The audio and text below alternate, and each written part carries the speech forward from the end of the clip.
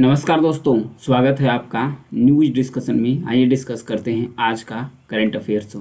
होरी हब्बा के बारे में दिया है। यह एक बैल दौड़ का गेम है। यहाँ पर जैसा फिगर है आप देख सकते हैं।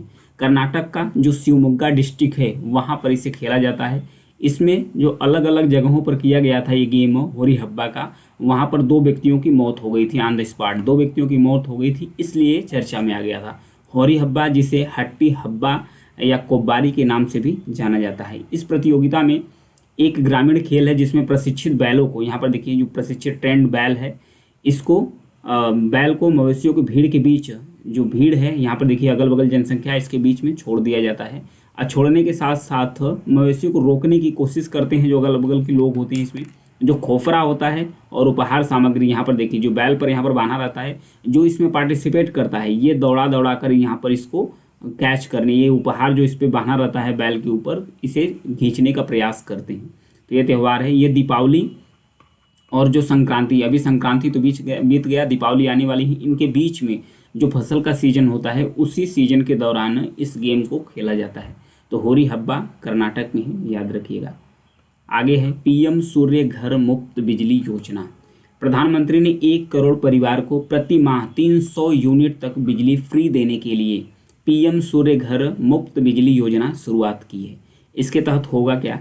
इसका उद्देश्य यही है कि सौर ऊर्जा को बढ़ावा दिया जा रहा है। सौर ऊर्जा को बढ़ावा दिया जा रहा है। पंचायत को दिया जाएगा, जो शहरी नगर निकाय है उसको दिया जाएगा। पंचायत के माध्यम से, नगर निकाय के माध्यम से ये जो सोलर है इसे लगाया जाएगा। अब बहुत ही कम पैसे में, यानी कि ब्याज मुक्त ऋण भी, रियायती कर्ज भी दिया जाएगा पंचायतों को लगाने के लिए। अब वहाँ से सप्लाई किया जाएगा। जो गरीब परिवार घर हैं उनको 300 यूनिट तक बिजली फ्री दी जाएगी सोलर के माध्यम से। इसलिए इस योजना की शुरुआत की गई है। आगे है स्मार्ट ग्राम पंचायत, डिजिटलीकरण की दिशा में एक क्रांति। केंद्रीय ग्रामीण विकास और पंचायती राज मंत्री ने ग्रामीण भारत में डिजिटल सशक्तिकरण की दिशा में एक महत्वपूर्ण कदम को चिन्हित करते हुए इस योजना की शुरुआत की है, जिसका नाम है स्मार्ट ग्राम पंचायत। तो इसके तहत होगा क्या? इस योजना का लक्ष्य है कि बिहार का जो बेगूसराय डिस्ट्रिक्ट है, बिहार का जो बेगूसराय डिस्ट्रिक्ट यानी जिला है, उसके सभी ग्राम पंचायतों को जो पीएम वाणी योजना है, पीएम वाणी योजना मतलब वाईफाई योजना, प्रधानमंत्री वाईफाई योजना है। इसके तहत जो इंटरनेट होता है उसका एक्सेस फ्री में प्रोवाइड किया जाएगा पंचायत के माध्यम से। जैसे ग्राम पंचायत में कई सारे हॉटस्पॉट्स खोले जाएंगे, जो वाईफाई के हॉटस्पॉट्स में खोले जाएंगे, वहाँ पर जो भी व्यक्ति आए अपना फ्री में इंटरनेट का यूज कर सकता है। तो ये डिजिटल दुनिया के बीच, मतलब डिजिटल दुनिया की दिशा में ग्रामीण क्षेत्रों के लिए एक क्रांति साबित हुआ है। पीएम वाणी योजना है क्या? प्रधानमंत्री वाईफाई एक्सेस नेटवर्क इंटरफेस, इसे दूरसंचार विभाग द्वारा दिसंबर 2020 में लॉन्च किया गया था। दिसंबर 2020 में इसे लॉन्च किया गया था। इसका लक्ष्य यही है कि सार्वजनिक स्थानों पर जो वाईफाई हॉटस्पॉट है इसकी संख्या, जो इसकी नंबर ऑफ अटेम्प्ट है उसमें वृद्धि करना, उसकी संख्या को वृद्धित करना, ताकि ग्रामीण क्षेत्रों में भी मजबूत डिजिटल संचार और जो इंफ्रास्ट्रक्चर है, बुनियादी ढांचा है, उसको प्रमोट किया जा सके। आगे है वाइमर ट्रायंगल्स यानी वाइमर त्रिभुज के बारे में दिया है। पोलैंड, फ्रांस और जर्मनी ने यूरोप की सुरक्षा और रक्षा को मजबूत करने के लिए ये जो वाइमर ट्रायंगल्स है इसे फिर से पुनर्जीवित करने की बात कर रहे हैं। तो ये जो वाइमर ट्रायंगल्स है इसे 1991 में, यानी कि 1991 में इसे अडॉप्ट किया गया था, लेकिन फिर बीच में ठंडा पड़ गया था। लेकिन अभी इसे फिर से ये लोग पुनर्जीवित करने की बात कर रहे हैं। ये फ्रांस और जर्मनी और पोलैंड के बीच में, ध्यान रखिएगा क्वेश्चन यही बन जाएगा। जो वाइमर ट्रायंगल्स है किन देशों के बीच में? 3 देशों के बीच में। इसमें क्या होगा? कोऑपरेटिव, मतलब तीनों देश आपस में मिलकर कोऑपरेट करेंगे, रीजनल सुरक्षा को लेकर, एजुकेशन को लेकर और एकेडमिक जो भी समस्या है उसको लेकर तीनों देश आपस में कोऑपरेट करेंगे। पॉलिटिकल डायलॉग्स होगा, राजनीतिक स्तर पर ये लोग आपस में संवाद करेंगे, बातचीत करेंगे जो भी समस्या होगा उसके समाधान के लिए।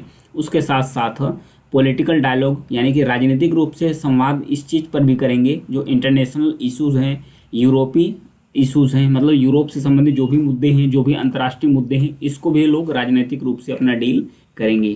तो ये था इसके बारे में, वाइमर ट्रायंगल्स के बारे में। इसका प्रारंभ वहीं द्वितीय विश्व युद्ध के बाद से जर्मनी पोलिश सुलह पर ध्यान केंद्रित करते हुए, इसका नाम जर्मनी की ये एक शहर है वाइमर्स, उसी शहर के नाम पर इसका नाम रख दिया गया है। आगे है माइसेलर वाटर के बारे में दिया है। ये चर्चा में क्यों है इसके बारे में जान लेते हैं। इसका क्वालिटीज़ क्या है इसके बारे में जान लेंगे। जो मेकअप होते हैं, सनस्क्रीन होते हैं जो अपने चेहरे पर लोग लगाते हैं। और उसके बाद जो मेकअप होता है, मेकअप भी जो महिलाओं के द्वारा यूज किया जाता है चेहरे चमकाने के लिए, खासकर पुरुष भी अब तो करते हैं मेकअप का इस्तेमाल। उस पर जो कलर होता है, मेकअप होता है, उसको हटाने के लिए, उसको साफ चेहरा को क्लीन करने के लिए माइसेलर वाटर का इस्तेमाल किया जाता है। इसमें विशेष प्रकार के गुण होते हैं जो तैलीय पदार्थ को आसानी से रिमूव कर देते हैं, हटा देते हैं। इसमें कौन सा प्रोडक्ट्स होता है जो माइसेलर वाटर होता है? इसमें सर्फेक्टेंट्स होता है। इसमें अंदर, इसके अंदर जो अणु होते हैं इसके अंदर जो सर्फेक्टेंट है, इसके अंदर हाइड्रोफिलिक और हाइड्रोफोबिक दोनों प्रकार के गुण पाए जाते हैं। तो ये जो हाइड्रोफिलिक है, इसका क्या मतलब है? हाइड्रोफिलिक गुण होते हैं। तो हाइड्रोफिलिक गुण का मतलब ये होता है कि ये पानी के साथ अट्रैक्शन होता है, लव करते हैं, प्यार करते हैं, पानी से ये चिपक जाते हैं। जो हाइड्रोफोबिक होता है, ये पानी से नफरत वाले इसके गुण होते हैं, यानी कि पानी से दूरियां बनाना शुरू कर देते हैं। तो इन सब गुणों की वजह से माइसेलर वाटर का इस्तेमाल किया जाता है मेकअप और सनस्क्रीन को चेहरे से पूरी तरीके से क्लींस करने के लिए।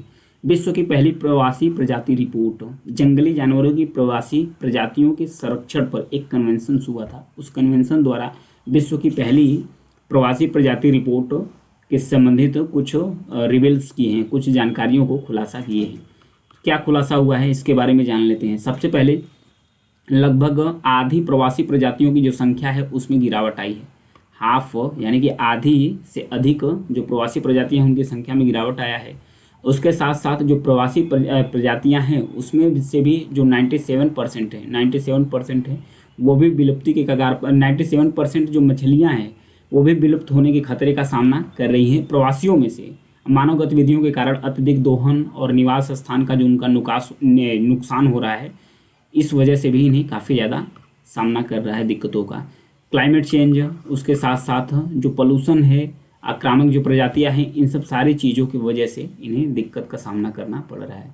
आगे है काजी नेमी के बारे में दिया है। यह एक साइट्रिक लेमन्स, यानी कि एक नींबू की तरह एक फल ही है जो असम सरकार के द्वारा हाल ही में इसे राज्य फल के रूप में घोषित कर लिया गया है।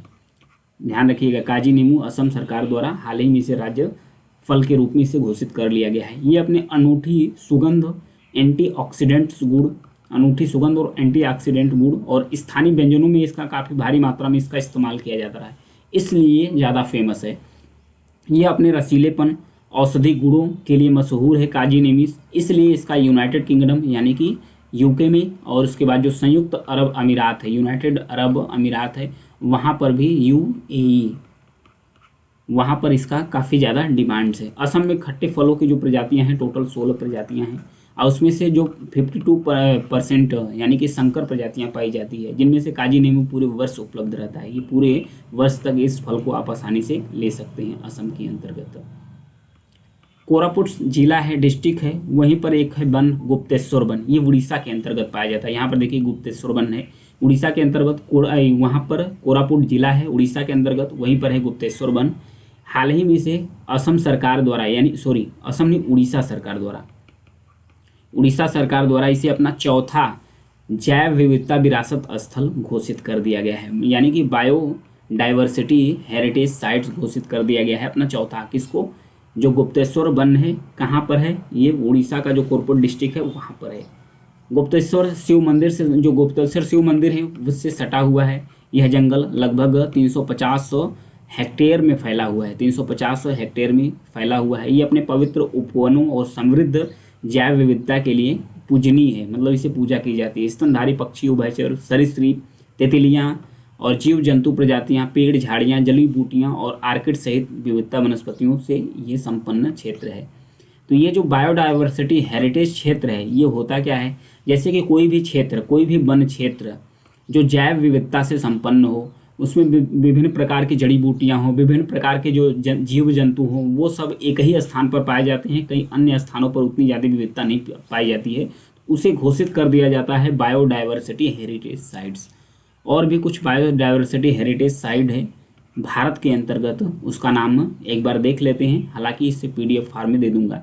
यह सेक्रेड ग्रोन एट सूरल्स भारोत्तरी मोनेटेसरी, ये हिमाचल प्रदेश में है। फिर उसके बाद है बर्च पाइन फॉरेस्ट पैच, ये भी हिमाचल प्रदेश में है। तो ये ढेर सारी है, इसको मैं PDF फार्म में रूप में मतलब PDF के रूप में दे दूँगा। सिविल यहाँ पर टेलीग्राम पर आप जाएंगे तो वहाँ पर चैनल है, सिविल इनहेंस के नाम से भी चैनल है, सिविल एनहेंस के नाम से भी चैनल है, उसे आप सब्सक्राइब कर लीजिए या ज्वाइन कर लीजिए। वहीं पर आपको PDF हर दिन का जो भी करंट अफेयर्स बनता है वहाँ आपको PDF आसानी से मिल जाएगा। तो आज के लिए इतना ही है। Thank you.